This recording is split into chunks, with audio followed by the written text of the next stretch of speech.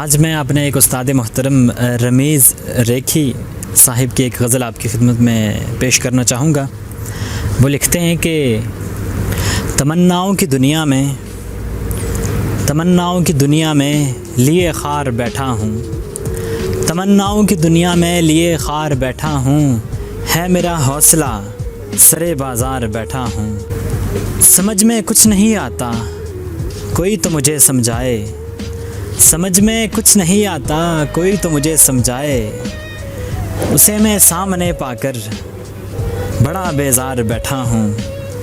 समझ में कुछ नहीं आता कोई तो मुझे समझाए, उसे मैं सामने पाकर बड़ा बेजार बैठा हूँ। अगरचे तज़किरा मेरा सरे महफ़िल रहा होगा, अगरचे तज़किरा मेरा सरे महफ़िल रहा होगा, कई दिनों से मैं पसे किरदार बैठा हूँ, कई दिनों से मैं पसे किरदार बैठा हूँ।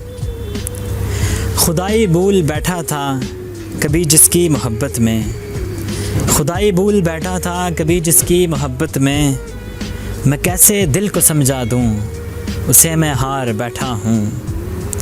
अजब दीवानगी है ये तुम्हारे शहर में लोगों, अजब दीवानगी है ये तुम्हारे शहर में लोगों, जहाँ सर भी नहीं बचते लिए दस्तार बैठा हूँ, जहाँ सर भी नहीं बचते लिए दस्तार बैठा हूँ।